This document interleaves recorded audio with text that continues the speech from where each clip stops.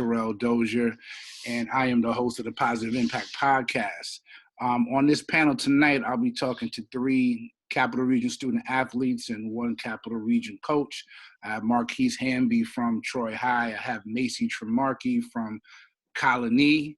I have Valencia Fontenelle-Posson. Did I say that right? You said it okay. All right, from Guilderland High School, and I got the legend needs no introduction, Mr. Eric Medved. Thank you guys so much for coming on and taking time out for me to come talk to me about this topic that's been raising so much noise, this past year. And we're talking about student athletes not being able to play sports. You guys in particular, the sport of basketball. So, we've had a tough year this year, with the pandemic and everything, and it's unprecedented times. And, as I sit back, I'm kind of a little bit on both sides of this. And obviously you kids you guys just want to play basketball. And so I've tried to think a little bit about when I was your age, and, it never really occurred to me that I wouldn't play basketball. I knew from a little kid, I can't wait till my senior season to blow up. It's going to be my team and everything like that. I never thought in a million years that a season could be taken away from me. And you guys almost experienced that, and you guys are in different stages of your career.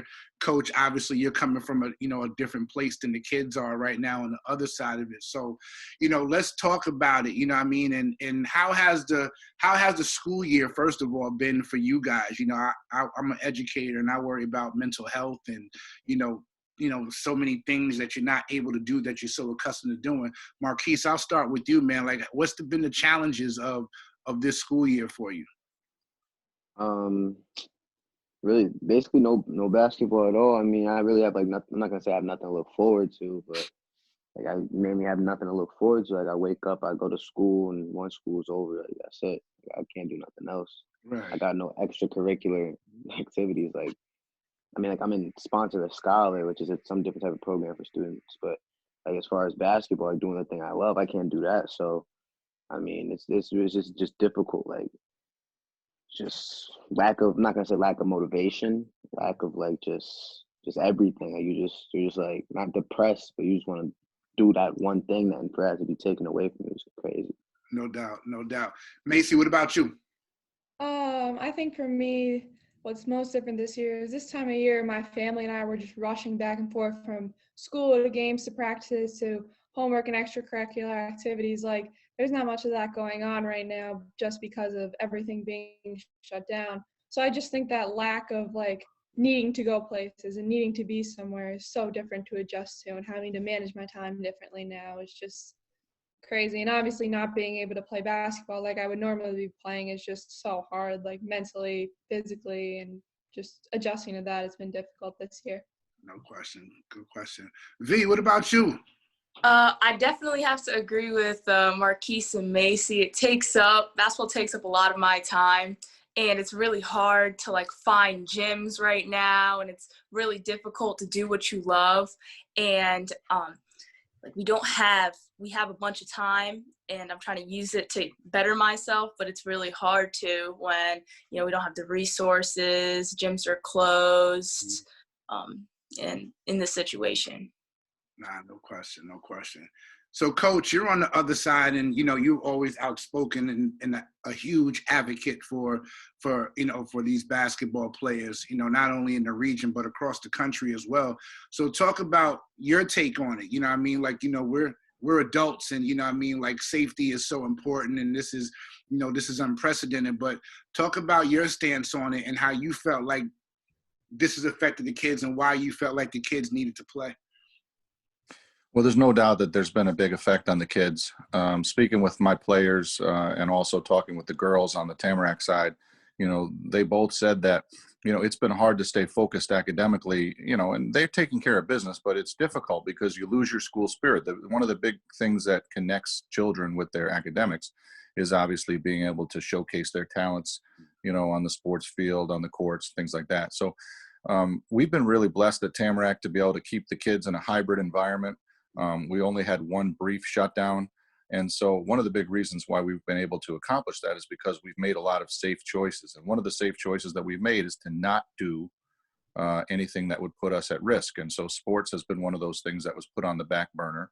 And we only had 3 open gyms in November, none before that. And we have shut down since November at Tamarac. And so this will be the first time that the kids have all been together since literally right before Thanksgiving. And so I think one of the things that's been difficult from the school standpoint, and I listen to the administrators as well as the students, is, how do we balance that? How do we find that balance between being responsible and keeping the kids in classes and not spreading, this virus, but also give the kids this opportunity to be able to get the sports that they've worked so hard for, especially seniors. Absolutely. And speaking of seniors, so you guys are at different stages in your athletic journey. So Valencia, you're a senior this year, and you're committed to attend Siena College next year on a full scholarship. Congratulations for that. But you played basketball so long, and like your senior year is your senior year. It's your last opportunity to, be a News 12, Channel 13 All-Star. To do get all these accolades and really cap off an amazing career that you've already had. So talk about how you felt. Like, I might miss my senior season, like the most important season of my career. Talk about those feelings that you went through and your thought process with that. Yeah. Well, first off, we still have hope that season's going to occur, Yeah. but it does feel like something's just being like taken away from me that I've worked for so long and so hard. And it's not like a why me situation. It's just like, I'm going to continue to work hard. And in case we still have a season, I'm going to just do what I need to do. Nah, no question about that. So Macie and Marquis, and Macie, I'll start with you. So you guys are still working on your recruiting, right? Like, you guys are still looking to get out there and get established and get in front of college coaches and secure your scholarship one day. So, when you talk about not playing in the season, and then AAU, which is so important for exposure, so up in the air, because it got taken away. It got taken away last year already. We already missed a spring and a summer circuit last year, and now we might miss another one. So talk about the uneasiness of that, right? Because, we've been playing basketball for the exposure in hopes of one day getting to a scholarship. And, that window is, starting to close a little bit because you guys are juniors in high school now. So Macie, talk about maybe some of the nervousness that, might have come through you. Yeah, well, obviously it's such a difficult situation. It's difficult for recruits. It's difficult for recruiters. And I think that the main thing that people are trying to get out of it is you have to be creative about how you're going about your recruiting. So a lot of stuff now is video tapes, highlight tapes, live game footage, which is hard to kind of get out there and share without, you don't really know what to expect back. So I think that it's definitely been difficult this year, especially building relationships with coaches, not being able to get on campus for visits. But I think everyone's just trying to be creative about how they handle it and trying to make the best out of the situation. No question. What about you, Marquis? Really, backing up off what Valencia said, as far as like keeping myself prepared just in case we do have a season. I know like we're confirmed to have a season starting Monday. Mm-hmm. So got the whole lockdown, the whole like not being in the gym, not playing. When AAU got cut short, basically just working on myself, trying to keep myself prepared so that way when the season comes, I'm already ready to go. I won't have to take 10,000 steps backwards just to get to where I am now. Mm-hmm. So that was mainly my thing over this whole lockdown, and it sucked because last year for high school when sectionals came, we got knocked out in the quarterfinals. So my big thing was that I was hoping regular school again, like not having to be virtual and stuff like that. So regular school, so we could have a regular basketball season. We could like make it farther. That was what I wanted to do. But I'm not just me, like my entire team, of course, but that's what I wanted to do. And for school to still be the way it is, for basketball to still be the way that it is. Well, thank God that finally stopped. But it was really not painful, but painful. But it was really it was like disappointing. So it was really disappointing that really like as far as like playing in front of people and stuff like that, like that's like that's the fun part. Like, you get on the court, you play in front of others, you play with your team, you win games, but and then for AAU, not being able to be in front of coaches during high school. I mean, when AAU comes up, that's really like that's a chance to be in front of coaches mainly. And when AAU got cut short, it's like the whole recruiting just stopped. It just went away. So now fingers crossed for this AAU season, have the opportunity to play in front of coaches and possibly get a college scholarship and stuff like that. Good. Coach, what do you think some of the challenges are? With kids going back and playing, what are the challenges of this? So let's say if kids get to play, but there's no fans, right? So I've watched some NBA, I've watched college, it's super difficult to kind of just play, right? Because you draw so much energy from a crowd, and now it's almost like you're just walking in and playing in a bunch of scrimmages right now. So what do you think the challenges are that the schools will face and the officials and the student athletes to keep everybody safe so that this thing can keep going in a positive direction? Well, I think the protocols are going to be super, important for everybody. And obviously, first of all, let's talk about something that nobody really is thinking about, and that's the age of the average officials that are officiating it. We got to make sure that we keep things safe for the officials. Okay, we can't do what we do, coaches, and we certainly can't. The players can't play without the officials. So we definitely need to make sure that we have enough of those. And a lot of those guys are in their 50s and 60s and things like that. So obviously, they can't put themselves at risk. So there's going to be some protocols that have to be in place in terms of how are they going to be taking the whistle out of their mouth and putting it back in, things like that, or they're going to have this opening in their mask. So there's stuff that they're going through. The coaches, players, we're going to have to be masked at all times. That's going to be mandatory unless you have a physician's exception. That's going to be covering your nose and covering your chin. So it's not going to be any of the stuff that we've seen with some AAU tournaments and things like that, where I've seen broadcasted from other states where kids have their mask down and it's kind of on their chin and stuff like that. This is going to have to be like over your nose, the whole thing. I think officials are going to have to issue technicals if the kids are not maintaining that safety.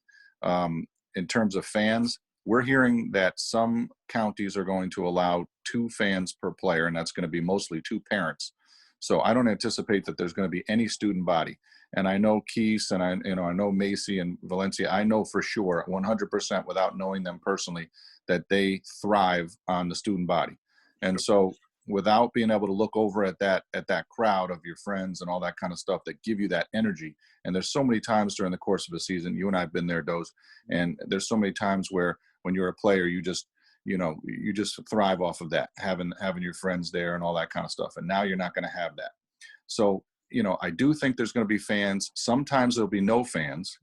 It's going to be very interesting listening to the sounds of sneakers squeaking, of all the communication. I'm going to have to watch what I say all the time, because now every conversation I have is going to be, amplified. The officials are going to hear everything. Right. And so you have to think about those things that you don't regularly think about. But I think from a safety perspective, you're going to see chairs instead of bleachers, kids sitting 6 foot apart, kind of like what you saw in Disney this year with the Wide World of Sports. I think you're going to see kids kind of all separated on the bench. I think you're going to see JV varsity for most of the leagues, maybe modified. I think there's going to be limitations on the amount of people that they allow. And as long as we get through those kind of things, then I think we're going to be all right. But all of that stuff is mandatory. We can't mess around, because the thing we don't want to see happen, Erie County put a thing out today that says if one athlete gets a positive COVID test, the entire roster shuts down for 10 days. And so that's what they put out in Erie County. Now they're an orange zone, and they've got a little bit of a different COVID situation, but we have Albany County, which has some of the orange zone type things too. So we have to make sure we're careful. And I know that the kids are going to do, and the coaches, whatever's necessary to be able to make sure they can have this little 4-week season. Right. So, with that being said, and I know how excited we are about, definitely like getting back on that court. Macie, is there any nervousness about going back and playing? Well, obviously there's the safety part of it. I mean, we all have family members, coaches, and fans, and obviously the referees that we have to worry about. And you never know who has underlying health conditions and what other problems people have or are going through. But I think right now, if everyone takes the safety precautions necessary, like getting back on the court and playing is like a big priority. Like kids need that sense of stability in order to, well, I mean, stay healthy and stay mentally like stable. No question. V, any nervousness with you? Nervousness. I don't have any nervousness. I feel like if we all just wear our mask and follow protocol, I feel like everything should be fine. Cool. Marquis? None at all. I mean, basically, yeah, like wearing your mask. I mean, taking safety precautions, but of course that. But as far as like getting back on the court and playing, I've been waiting for this months and almost a whole year. March makes it a whole year, so no nervousness on this side, none at all. Right, you guys are just ready to get it on, right? You're just ready to get it on. So, one of the reasons why I did this also was because a lot of times, like, we don't listen to children, right? So, adults make 95% of the decisions in this world, you know what I mean? But like this whole thing has affected so many people in so many different ways. But, again, like I said earlier, man, like when I was a kid, there was always going to be a season. I never thought like, oh, it's not going to be a basketball season. It's not going to be a football season or whatever. I'm not going to be able to go to school, or I got to sit in school with a mask on, or, maybe sit in front of a computer for 8 hours and learn in front of a computer, or for you, coach, teaching in front of a computer for 8 hours. Like the challenge of it is crazy. You know what I mean? So I think about mental health now and how this really affects kids, right? The normal everyday life of a child, hanging out with friends, and like you said, a student body in school or after school, just doing usually what you do. And now that kind of got taken away from you guys a little bit. So Valencia, I'll start with you. Like, was there ever a time like during this whole thing where like you were like really down and were like, you know what I mean, where this like really, really got to you? Yeah, a couple times, but then I got to remember, like, basketball, it definitely was like an outlet and still is an outlet for like a lot of my emotions. So when the gyms shut down, that definitely affects me. Every time it's like, oh, people can't go because people aren't following protocol with their masks. We have to shut it down for another week. That affects me because A, I want to get better, but B, it's like my mental health, that's where I get things straight. And if that's closed, then I have no outlet for taking out like my energy or like my feelings, Yeah. Marquis, was there any low points for you during all this? Oh, definitely, yeah. I mean, I felt like I couldn't do anything really. Because when the lockdown like first started, like I couldn't go like nowhere. My parents eased up off me now. I couldn't go nowhere. I was just in my house, in my room. And then like my parents, they'll ask me, why you don't ever come out of your room? Like, what is there to do? Right. There's nothing to do. So I'll just stay in my room. There'll be times where I would find myself being angry at absolutely nothing, that's terrible on my behalf. But so, I mean, really, yeah, like without having basketball, it really did mess me up for a long time. I mean, nothing like too crazy. I mean, I'm still like the same kid, but I mean, it was really challenging. Just trying to cope with it, trying to deal with it, and realize that it's real and it's not a dream. Right. What about you, Mace? Yeah, I mean, I think everyone's been there at some point during this whole thing. And for me, it was really the unknowns of what was happening. Like, I'm a kind of kid where I need answers to questions and I need to know what's going on and I need to be able to control what's going on. So I think just having that, like having the pandemic where nobody knew it was happening, it was just hard. Nah, I get that. So, Coach, for you, you're on the other side of that. Tell me the things that you've seen in kids while teaching, and some of the some of your experiences through this and dealing with not just student athletes but just your regular students that you teach. Well, there's no doubt as an educator that we've seen a lot of kids that were doing really, really phenomenally well in person all of a sudden fall off and struggle. Now, I'm not saying that there's not a 10% population of kids that are actually doing okay now during this particular situation who actually weren't doing well in person. Because you know what it has done is it's actually kind of eliminated some of the bullying and some of the things that the kids have actually seen in person. the social media stuff that was causing so much drama before has actually been, in my opinion, a little bit less than it was before, because we're kind of all in this together. COVID's become kind of the great equalizer in a lot of ways. So yes, there is a small population of people who actually are handling the remote and it's benefiting them. I had a kid the other day cooking mozzarella sticks during my lesson. I mean, I said, "What are you doing?" And the kid says, "Oh, I'm making food." I mean, where else would we have been able to do that, right? So some of the kids that actually wires kids for learning in some ways. So we've learned as educators to kind of adjust to this whole talking to a screen. I just miss their faces. I don't know what half of my kids look like. You know what I mean? So I'm afraid that I'm going to bump into them in somewhere in the store, and they're going to be like, "Oh, you were my 8th grade social studies teacher." I'm going to be like, "Who are you?" And I feel badly because, those are the kind of connections that we would regularly make in person. I think athletes as well as teachers, and then other students, they're all kind of going through this feeling of wishing that we're back to normal. None of us got into this to, teach over a screen.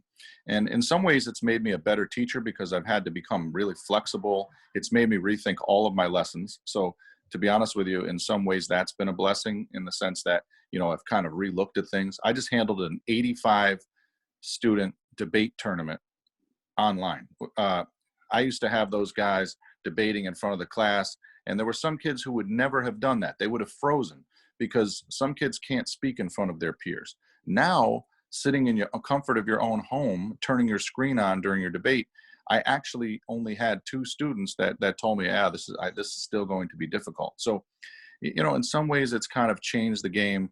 I just can't wait to get the kids back. I know the kids feel the same way. We just want the kids in front of us.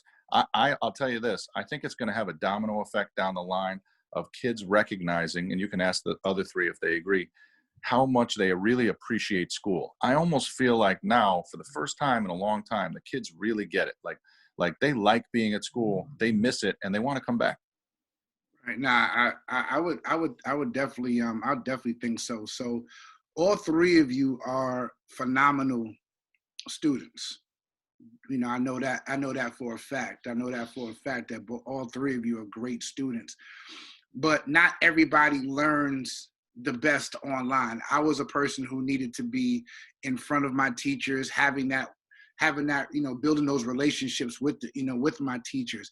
Has learning online been difficult for you? But like I said, you guys are already good students, or have you just kind of kept going? Like, Marquis, how has that been for you? Like, like some people will just keep going along with whether it's online or whether it's in person. I'll do good anyway. How are you doing with the online, or how did you do with online learning? Okay. Online. Some of it's easy, most of it's hard. I'm usually just good in school. Like I'm a up close and personal learner. Like I have to be like there, I have to see it. So I mean, like I'm fine. Like English, I'm fine. Journalism, like math and stuff like that. Like Spanish, it's easy on the computer. Science, because I take chemistry, and that's I dread that class. Like that's the one class that's just like it's giving me trouble. It's giving me lots and lots of trouble. And I've never been good at science. Like science has never been my thing. And the crazy part is, like, I want to major in college. I want to major in chiropractic studies, and that's science.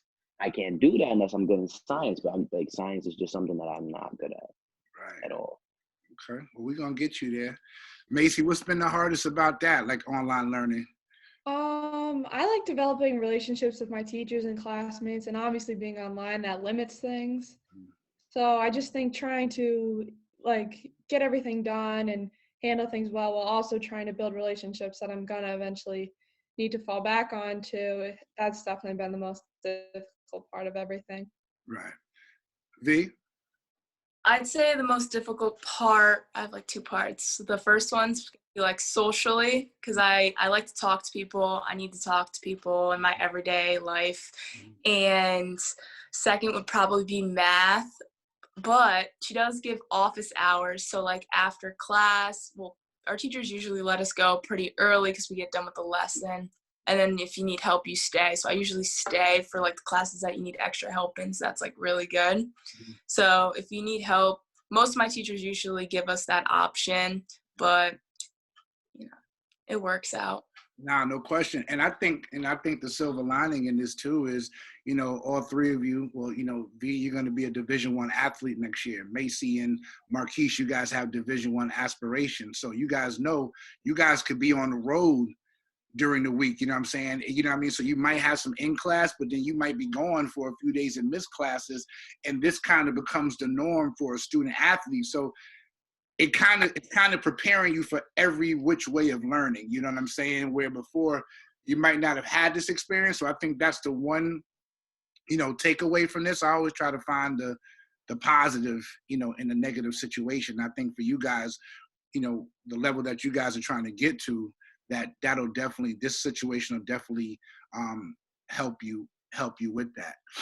Coach, I'm going to start with you on this because I was telling the kids before we got on, I put this together to kind of see, like, what was it like not having sports and, and everything like that. And then all of a sudden I put this panel together and then we get the news that, February 1st, we can, kids can start getting back in the gym. So, like I said, as an advocate for, for student athletes, talk about how the news made you feel. Well, first it was kind of shock and surprise. I'm really blessed at Tamarac because youth movement, we brought a lot of young players up and, those kids are back. So in some senses, I didn't have the same kind of feelings that maybe LaSalle has, who has 8 key players that are seniors, including all 5 starters, potentially. So, for us, my first feeling was, oh my God, I have one senior. I can't wait to just give him an opportunity to get back out there and, and flash that smile. I think about kids like Valencia and like Bo, who goes to LaSalle, and some of these other kids in Section 2 who are seniors, so that they wouldn't have had the opportunity to showcase. So I thought about those guys first. That's the first people I thought about was, oh my gosh, the seniors are going to get this opportunity. The second thing I thought of was, oh my gosh, I got to get this team ready. And we've got maybe a week. Now we're sitting here, it's Tuesday night. I still don't have any direction because the athletic directors don't meet until tomorrow. So the superintendents met today. The athletic directors meet tomorrow. We don't have any idea how many games we're going to have. We don't know what days of the week we're going to go. We don't even know when we're starting. We think we're going to start practice Monday the 1st. That's what we're crossing our fingers for. We have not heard official word from the county departments of health yet, what's going to happen. So there's still hurdles, but that kind of stuff is like that. I can't get myself, focused on that because I don't control those things. All I can do is control what I can control. And what I control is giving these kids opportunities. We're going to compete. The kids are going to play harder than they probably have ever played before because, as Keith said before, there was nothing. These kids didn't have a lot to look forward to. And you can just tell watching these kids on the panel that you're talking with how excited they are, and they're going to give everything that they have. I mean, there's going to be kids diving for loose balls. There's going to be kids taking charges that didn't take charges before. I think you're going to find every little microcosm of the game of basketball is going to be accentuated, and the kids are going to give it even more than they've ever given it before because they're just dying to participate. They're literally going to go through a wall. It's a cliche, but it's going to happen this time. They really want it. And I can.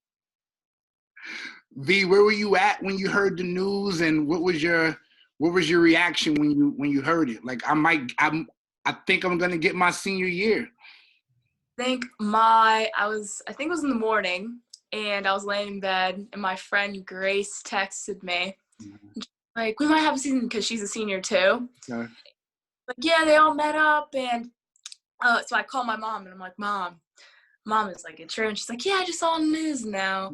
Like, I'm very excited because wasn't having the best day, so it definitely brought my day a whole lot better. So it was nice. Nice. What about you, Macie? So when I found out the news, I was taking my dog out, and all of a sudden my brother just runs outside, and he's like, Macie, basketball's on. And I'm like, you mean on TV, or you mean and he's like, no, we're going to get a high school season. I'm like, I was flooded with shock and excitement. And I was questioning, I was like, are you serious? But overall, I was just so excited and couldn't believe it. I know Cam's super excited. Yeah. Marquis, where were you at when you heard the news, and what was your feelings? I was playing 2K. I was playing 2K. And then my phone dang, it was Coach Hurley. And then I checked the text, and it was like, he's like, we're confirmed to play on February 1st. And I didn't even read the rest of the text message. I read that, and that's all I needed to see. So I eventually went back and read it, but that's all I mean. I was hyped. I called my pops, and I told him we were having a season. And then he was like, "Oh, really?" I'm like, "Yeah, we having a season." I was hyped. I'm still excited. So I just can't wait till Monday to get here, so we got tryouts, and then. Well, now I'm looking forward to following all of you. You know what I mean? But what was it like? Because I think only New York and Illinois were the only states not playing basketball. So on TV, you see high school basketball games. Everybody's out here playing and making it work, and it's taking New York forever. And it really looked like it wasn't going to be a season for a while. So talk about the frustration. And Marquis, I'll start with you. The frustration of seeing other people playing, and like, why aren't we? If they're showing that it's working in 48 other states, why aren't we doing it?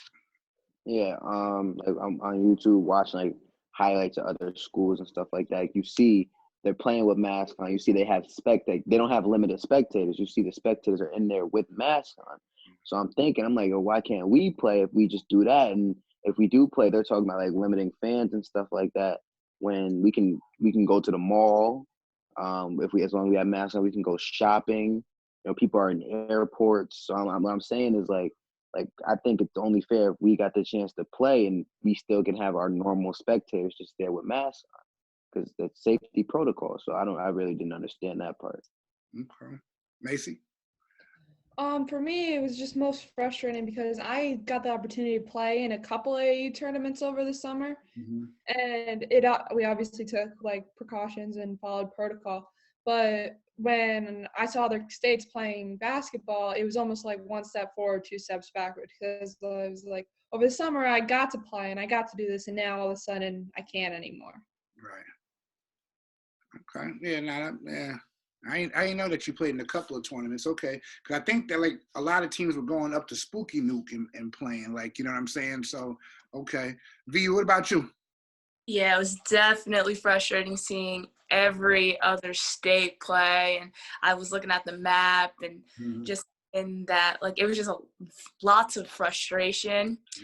And like, I'm very thankful that like the season's back on. So. Yeah, no question. But you got out there to a camp. I see you went to a camp and got a little action in there. So you got a chance to ball a little bit. So you guys it seemed like you guys found some ways, you know, to stay in the game. Basically, I saw you getting shots up last week. So, you know, you guys are finding creative ways to get this working.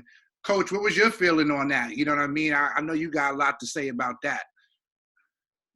Yeah, I mean, very frustrating. There's no doubt that, especially when you started to see states that were geographically contiguous with us, you know what I mean? Like, come on, you know, I get it. Okay, if you have a state like Nebraska or, you know, Texas or something, they're nowhere near us, warm climates, you know, so I started to hear that argument, like, well, it's cold up there and you guys are going to be indoors all the time, blah, blah, blah.